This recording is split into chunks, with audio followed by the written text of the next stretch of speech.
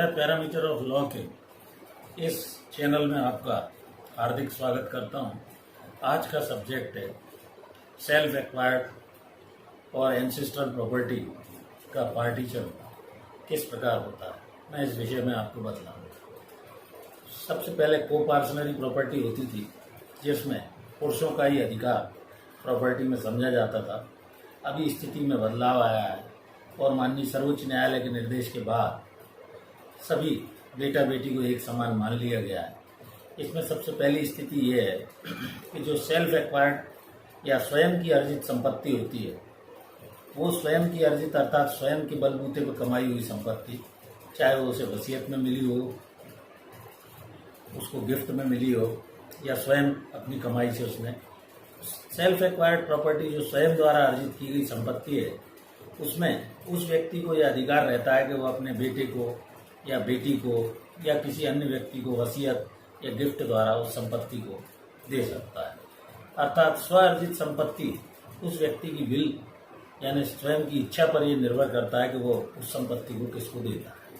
जहाँ तक ancestral property या जिसको विरासत में मिली हुई संपत्ति कहते हैं, अर्थात पिता, उसके दादा या परदादा आदि से आई हुई संपत्ति 3 या 4 पीढ़ियों से जो ऊपर से चली आ रही है, उस संपत्ति की स्थिति ये होती है कि उस संपत्ति का बंटवारा जो लॉ के अनुसार होता है वो इस प्रकार होता है कि मान लीजिए ए एक व्यक्ति है जिसका नाम कुछ भी हो सकता है और बी उसकी पत्नी है, सी और डी उसके पुत्र हैं।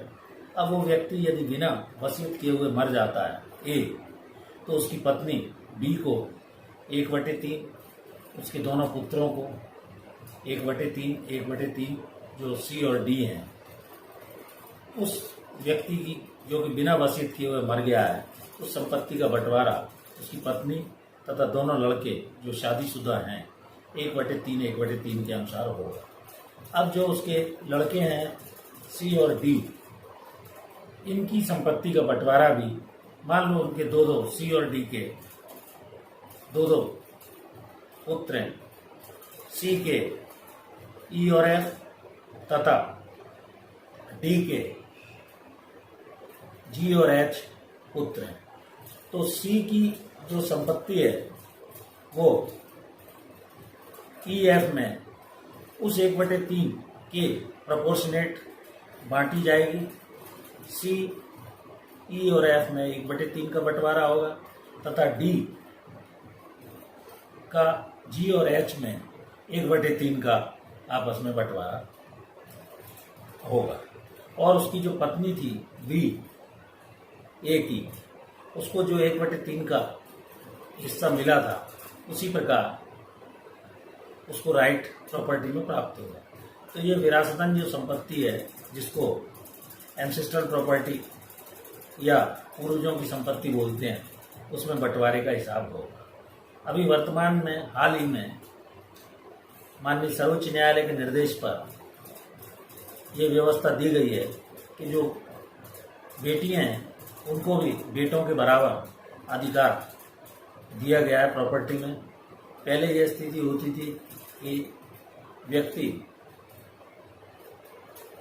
अपने पुत्र को चाहे किसी और को चाहे तो वो उसके नाम वसीयत लिखकर, विल लिखकर उस संपूर्ण अपने सेल्फ एक्वायर्ड प्रॉपर्टी को दे सकता था। अब बंटवारे के हिसाब से बेटियां भी अपने शेयर को बंटवारे के रूप में अपने पिता तथा एंसेस्ट्रल प्रॉपर्टी आदि में अपना शेयर प्राप्त कर सकती है। कोपार्सनरी की जो पुरानी धारणा थी, हो सकता है वो भविष्य में समाप्त हो जाए, जिसमें केवल पुरुष पक्ष को ही बंटवारे में संपत्ति दी जाती थी, मेल डोमिनेंट होता था, ये मानते हुए कोपार्सनर का कंसेप्ट था।